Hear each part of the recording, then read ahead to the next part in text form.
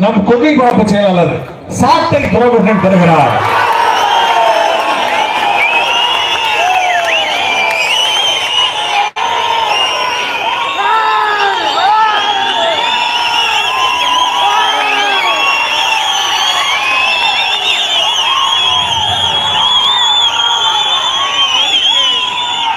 தேவேந்திர குல வேளாளர் எங்களை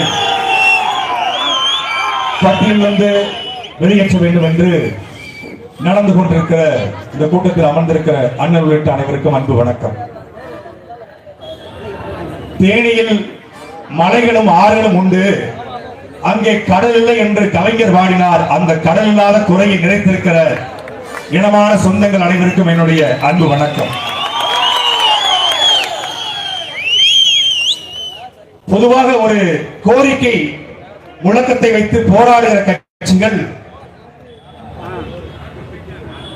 ஒருவருக்கு பிரச்சனை என்றால் அவரை மையப்படுத்தி போராடும். ஆனால் இந்த போராட்டத்தினுடைய தலைப்பை நீங்க பார்க்க முடியும். போராடுவது நாம் தமிழர் கட்சி, தமிழ் தேசியம் பேசுகிற கட்சி. ஆனால் கோரிக்கை வைத்திருப்பது தேவேந்திர குல வேளாளர் எங்களை, தேவேந்திர குல வேளாளர் உங்களை அல்ல, தேவேந்திர குல வேளாளர் எங்களை பட்டியலிருந்து வெளியேற்று. இதுதான் நாம் தமிழர் கட்சி. ஏன் நீயும் தமிழன், நானும் தமிழன், நாம் தமிழர். அதனால் தேவேந்திர குல வேளாளர் எங்களை வெளியேற்று. முதல்ல இன்னொரு புரிதல் தேவை இருக்கிறது. நான் எம்பிசி, அவர் எஸ்சி. நான் பிசி, அவர் எஸ்சி. அது என்ன? எம்பிசி என்ன, எஸ்சி என்ன? வார்த்தையை மாத்தி போடுறது. நான் எம்பிசி, நான் பிசி, நான் ஓபிசி, நான் எஸ்சி, அவர் எஸ்சி. நான் எஸ்சி, அவர் எம்பிசி. இது எப்படி இருக்கு? நான் எஸ்சி, அவர் எஸ்சி. நான் எஸ்சி, அவர் பிசி. இது எப்படி இருக்கு? வார்த்தை தான் இருக்கு. மோஸ்ட் பேக்வர்ட் கம்யூனிட்டி கிளாஸ், மிகவும் பிற்படுத்தப்பட்டோர். பிசி மிகவும் பிற்படுத்தப்பட்டோர். இது என்ன? பட்டியல் சமூகம். ஏன் பட்டியல் சமூகத்தை கொண்டு வர? அதுக்கு முன்னாடி பட்டியல் சமூகம் இருந்துச்சா? இல்ல. எப்ப கொண்டு வந்தா? 1901ஆம் ஆண்டு இந்த நிலத்துல யார் யார் எல்லாம் கோவிலுக்குள்ள போக முடியலையோ, கோவிலுக்குள்ள போக முடியாமல்ல, கோவிலுக்குள்ள விடல, கோவிலுக்குள்ள விடல. எந்த கோயில விடல? எந்தெந்த கோவில் நாங்கள் இருந்தோமோ, எங்களுடைய தேவேந்திர வேளாளர்கள் இருந்தார்களோ அந்த கோவிலுக்குள்ள விடல. திருச்செந்தூர் முருகன் கோவில், நெல்லையப்பர் கோவில், பழனி கோவில், திருப்பரங்குன்றம் குன்றம் கோவில், எங்களுடைய போது பட்டீஸ்வரன் கோவில், கரூர் கோவில், எல்லா கோவிலையும் இருந்தது தேவேந்திர வேளாளர். முதல் மரியாதை அவனுக்கு.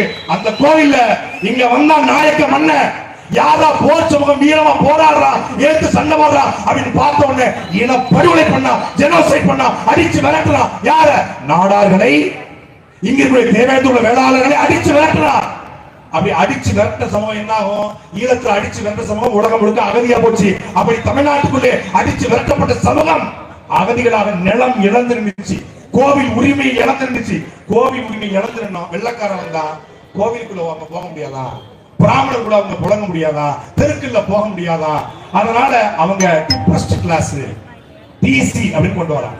நாங்க டிப்ரஸ்ட் கிளாஸ் இல்ல என்று அன்றைக்கே தேவேந்திர குல வேளாளர்கள் கிளர்ச்சி செய்து போராடினார்கள். ஆனால் போராட்டம் முடக்கப்பட்டது, ஒடுக்கப்பட்டது.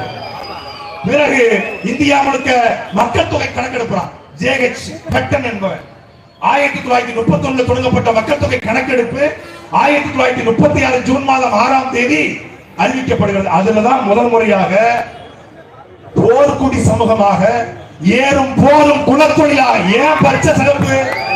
சும்மா பச்சை சிவப்பு போட்டு கையில கட்டல. பச்சை என்பது விவசாயம், பச்சை என்பது விவசாயம்.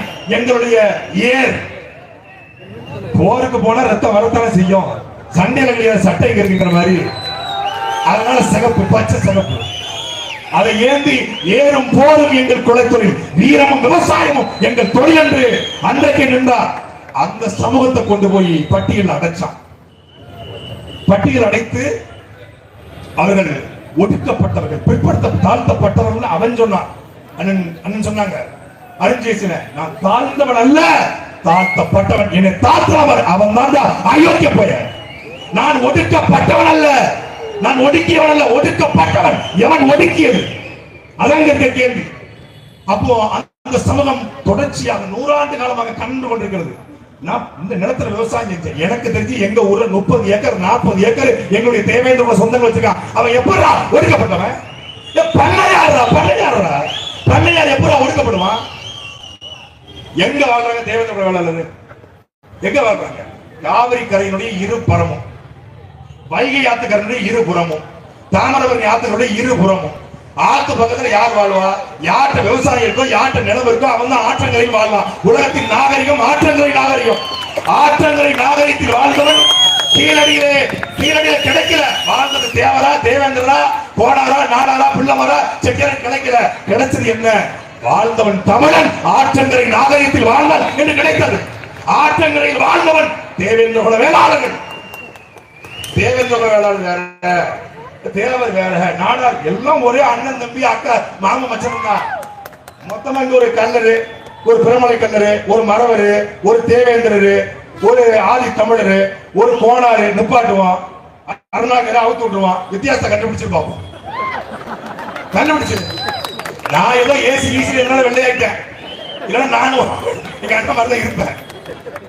அண்ணன் கருப்படி அழகு, கருப்பழகு, கருப்படி சாப்பிட்ட அழகு சீனி சாப்பிட்டா நீ ஸ்டாலின் மாதிரி இருக்கலாம், கருப்படி சாப்பிட்டா கண்ண மாதிரி இருக்கலாம். அப்படி இருக்கலாம். எப்படி நீ முடிவு பண்ணீங்க? அப்போ ஒரு சமூகம் தன்னை வெளியேற்ற வேண்டும் என்று சமூகம் போராடியது. இதுவரைக்கும் தேவேந்திர குல மக்கள் போராடினாங்க. முதல் முறையாக மறவரும், கோளாரும், நாடாரும், பிள்ளைமாரும், வன்னியரும், கவுண்டரும், முதலியும், மூப்பனாரும், செட்டியும் சேர்ந்து கொண்டு நாங்கள் தமிழர்கள் எங்கள் தேவேந்திர வேளாளரை வெளியேற்று என்று போராடுகிறோம். வெளியேற்றுறோம். அவன் அண்ணன்டா, என் தம்பிடா, அவன் என் கூட இருக்கணும். வா. இல்லைங்க, அவன் வெளியேற்றிட்டா அந்த 7.5 இடஒதுக்கீட்டுல அவருக்கு எங்க கொடுக்கிறது? எக்கனாமிக்கலி வீக்கர் செக்ஷன் எங்க ராஜா கொடுத்த? உங்க அப்பாவோட சொத்தை கொடுத்தியா? எக்கனாமிக்கலி வீக்கர் செக்ஷன் எப்படி கொடுத்த? 10 விழுக்காடு. உயர் சாதி ஆனா ஏழை, உயர் சாதி ஏழை இருக்கலாம். ஆனா நாங்கள் இந்த மண்ணினுடைய பூர்வகுடி மக்கள், எங்களுடைய தொன்று பெற்ற வரலாறு, பாரம்பரிய கலாச்சாரம் இருக்கிறது. எங்களை இழிவுபடுத்தாத. எனக்கு வேண்டாம், எனக்கு பிசிஆர் வேண்டாம், எனக்கு எஸ்சி பட்டியல் வேண்டாம். வெளியேற்றுறா. வெளியேற்றி எங்க வைக்கிறது? பிசில வை, எம்பிசில வை, இல்ல புதுசா ஒரு கிளாஸ் உருவாக்கு. உனக்கு சொல்லியா தரணும் உருவாக்க. புது புது சட்டம் ஏத்துற. ஆட்சிக்கு வந்து பாஜக ஆட்சிக்கு வந்து கிட்டத்தட்ட 80 சட்டங்களை இரவோடு இரவாக ஏத்துறிய. இரவோடு இரவாக பணம் செல்லாதுன்னு சொல்றிய. இரவோடு இரவாக ஜிஎஸ்டி போறிய. அப்படி அறிவிக்க வேண்டியதானே? நான் நரேன்ஷன், நீங்க ட்ரெவென்ஷன் அப்படின்னு மட்டும் பேச தெரியுது. அப்ப நம்மளுக்கு கைது ஓட்ட போட்டாங்க. ஒரே விடிவுதான். ஒட்டுமொத்தமாக நாங்கள் தேவேந்திராக நின்றால் நமக்கான விடிவு கிடையாது. நாம் தனித்தனி சாதியா நின்றா விடிவு. நாம் தமிழர் என்று நின்றால் மட்டும்தான் நமக்கான விடிவு. அதைத்தான் சீமான் இங்கே சாத்தியப்படுத்துகிறார். இது குறிப்பிட்ட கட்சிக்கு எதிரான போராட்டம் இல்ல. இது வந்து ஒரு சாதி கட்சி இருக்குங்க, அந்த சாதி கட்சிக்கு தேவேந்திர ஓட்டு போடுறாங்க. அந்த ஓட்டை சீமான் பறிப்பதற்காக தேனியில கூட்டம் போடுறான்னு யாரா நினைச்சீங்கன்னா சத்தியமா இல்ல. அண்ணன் சீமான் அப்படி போட்டிருந்தா தேவேந்திர குல வேளாளர்களை பட்டியலிருந்து வெளியேற்றி போட்டிருப்பாரு. அவர் போட்டது ஓட்டுக்காக இல்ல, நம்முடைய உரிமைக்காக என்பதால் தான் எங்களை வெளியேற்றி போடுகிறார். ஒரு பாரம்பரியமான வரலாற்று சிறப்புமிக்க ஒரு இனக்கூட்டம் சொந்த சாதிக்குள்ள. அண்ணன் கரிகால பாண்டியன் ரொம்ப அழகா பேசுனாங்க. சொந்த சாதிக்குள்ள, சொந்த இனத்துக்குள்ள. இங்க என்னன்னா இனம்னே தப்பா புரிஞ்சுக்கிட்டான். தேவர் இனமே, நாடார் இனமே, அதுல மறவர் இனமே, அதுல கல்லர் இனமே, அதுல தேவேந்திரர் இனமே. பறையருக்கு இனம் இல்ல, தேவேந்திரருக்கு இனம் இல்ல. இனம் என்பது ஒரு மொழி பேசக்கூடிய கூட்டம். ஒரு மொழி பேசக்கூடிய கூட்டம் ஒரே நிலத்தில் வாழ்ந்தால் அவர்கள் இனம் என்று அழைக்கப்படுவார்கள். அவர்கள் தொண்டு தொன்று அவர்களுக்கு கலாச்சார பண்பாடு உருவாகிற பொழுது அவர்கள் தேசிய என்று அழைக்கப்படுவார்கள். இங்கே தேவருக்கு தனிமொழி, தேவேந்தருக்கு தனிமொழி, நாடாருக்கு தனிமொழி என்று இல்லை. எல்லோருக்கும் ஒரே மொழி, நம் தாய்மொழி தமிழ் மொழி என்றால் நீயும் தமிழர், நானும் தமிழர், நாம் தமிழர் என்பதுதான் இனம். அந்த இன வரையறைக்குள்ள வரணும்.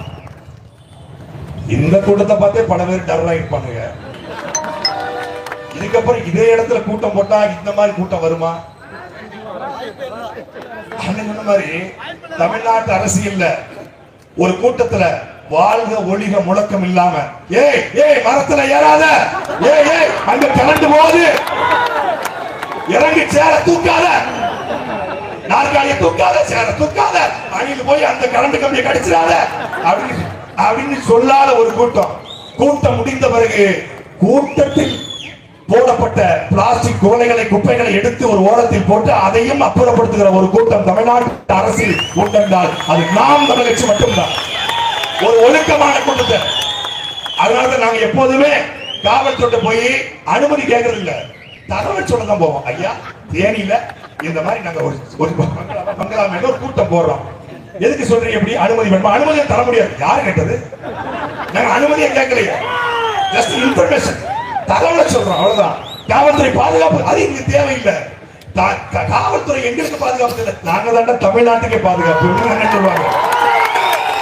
தேவேந்திர வேளாளருக்கு மட்டுமல்ல, ஒட்டுமொத்தமான தமிழ் சமூகத்திற்கும் பாதுகாப்பு அண்ணன் சீமானவர்கள் மட்டும்தான். இங்கே சாதி சாதியாக பிரிச்சா தேவேந்திர வேளாளர் எப்படி சொல்றது? அவங்க பல்லர் தானே, அவங்கள எப்படி தேவேந்திர வேளாளர் சொல்லுவேன்? எப்படி பேச முடியுது? எப்படி வேளாளர்? அவங்க நாதஸ்வரம் வச்சுக்கிட்டு அப்படின்னு இசை பண்ணவன் வேளாளர் போடலாம். இசைய வேளாளர் இருக்கும் போது ஏறும் போதும் குலத்தொழிலாக கொண்ட எங்களுடைய அண்ணன் தம்பி வேளாளர் போட முடியாது. யாராவது ஒருத்தங்க இல்லையா? ஒருத்தர் கேட்கல, நம்ம சொந்தக்காரன் ஒருத்தங்க இல்லையா? எப்படி இசை வேளாளர் போட்டீங்க? எப்படி பண்ணுவீங்க? ஒருத்தங்க கேட்கல. ஆனா இசை வேளாளர், உண்மையான வேளாளர் தேவேந்திர வேளாளர் போட்டா எப்படி போட போச்சு? அது எப்படி போடல? நாங்க தானே உண்மையான வேளாளர், நீங்க எப்படி வேளாளர்? என்னையாது வேளாண்மை செய்யவே வேளாளர். யாரு வேளாண்மை செய்யறான்னு பார்த்தா யாரு ஆத்தங்கரில் வாழ்றானோ அவன் தான் வேளாண்மை செய்யறான். வேளாண்மை செய்யாம இங்கிருந்து புழைக்க வந்த கூட்டம் வேளாளர் போடும்போது ஒருத்தன் கேட்கல, ஆனா நம்மளை கேட்கலாம். ஏன்? அதுதான் நுட்பமான அரசியல். இன்னும் நீ தாழ்ந்தவனாக இருந்தால் மட்டும்தான் உன் ஓட்டை பறிக்க முடியும், உனக்கு உரிமை தரன்றான். உண்மையிலேயே இந்த நிலத்தில் 5 அமைச்சர்கள், குறைந்தபட்சம் 5 அமைச்சர்கள், குறைந்தபட்சம் 50 சட்டமன்ற உறுப்பினருக்கு மேலாக இருக்க வேண்டிய சமூகம் தேவேந்திர வேளாளர் இருக்கா? இருக்கா? இந்த மண்ணுக்கு புழைக்க வந்த கூட்டம் 11 அமைச்சரான 11 அமைச்சர். தெலுங்கை தாய்மொழியா கொண்டவனுக்கு தமிழ்நாட்டில் 11 அமைச்சர். தெலுங்கை தாய்மொழியா கொண்டவனுக்கு தமிழ்நாட்டில் 35 சட்டமன்ற உறுப்பினர். அவன் பொது தொகுதியில் இருப்பான். பொது தொகுதியில் இருந்து இந்த அந்த இடத்துல தேவர் இருந்தா தேவேந்திர போட மாட்டாரு, தேவேந்திரன்னா தேவர் போட மாட்டாரு, நாடார் கோனார் தேவர்லாம் போட மாட்டாரு. ஆனா நாயக்கர் மொத்த பேரும் போடுவான். அப்படிதான் கோயில்பட்ட தொடர்ச்சியா ஜெயிக்கிறான். எப்படி ஜெயிக்கிறான்? தேவரும் தேவேந்திரம் சேர்ந்து நாயக்கருக்கு போடுவாங்க. ஆனா ஒரு தேவர் போட மாட்டாங்க. அது திராவிட தேவரா இருந்தாலும் போட மாட்டாங்க, திராவிட நாடாரா இருந்தாலும் போட மாட்டாங்க. அங்கேயே செந்தவரன் சீமானை ஏற்றுக்கொண்டு நான் முத்துராமலிங்க தேவருடைய வாரிசு, ஆனால் எனக்கு சுந்தரலிங்கம் பாட்டன் என்று வருகிற ஒரு தேவனுக்கு மொத்த தேவர் ஓட்டு போடுவான். அந்த காலத்தை செந்தவரன் சீமான் உருவாக்குறான். எனக்கு முத்துராமலிங்க தேவனும் தாத்தன் தான், என் தாத்தன் சுந்தரலிங்கம் எனக்கு பாட்டன் தான். எனக்கு அழகமுத்து கோணம் இமானுவேல் சேகர்னாலும் எங்களுடைய வெண்ணி காலாயும் எனக்கு பாட்டம் தான். புலித்தேவன் எனக்கு பாட்டம் தான், வெண்ணி காலாயும் எனக்கு பாட்டம் தான். ஏன் பார்த்தேன்? புலித்தேவனுடைய மனைவி சிவஞானம் இறந்து போறாங்க, அழல. புலித்தேவனுடைய மகன் வெள்ளையத்தேவன் வெள்ளப்பாண்டி இறந்து போறான், அவர் அழல. புலித்தேவனுடைய சின்ன மகன் இறந்து போறான், அழல. கல் உடம்புக்காரன் புலித்தேவன். ஆனால் உன்னுடைய தளபதி வெண்ணி காலாடி போரிலே இறந்து விட்டார் என்ற செய்தியை கேட்டவுடன் மடியிலே போட்டுக்கொண்டு என் தளபதியே என் காலாடியே என்று ஒப்பாரி வைத்து இனி முழங்க நெருக்கத்தான் செவல் அதுல என் பாட்டன் புளித்தவன் அழுதாண்டா. அந்த பாட்டன் புளித்தவனுக்கு உறுதுணையாக இருந்து எல்லாரும் வரலாறு தப்பா சொல்லுவான். இந்திய விடுதலை போராட்டத்தில் களத்தில் மாண்ட முதல் தமிழன் நம் பாட்டன் வெண்ணி காலாடி. அவனுடைய வாரிசுகளும் புலித்தவன் வாரிசுகளும் சேர்ந்து ஒருமித்த குரலை முழங்குகிறோம். எங்களை பாட்டியிலிருந்து வெளியேற்று வைப்போம். நன்றி, வணக்கம். நாம் தமிழர்.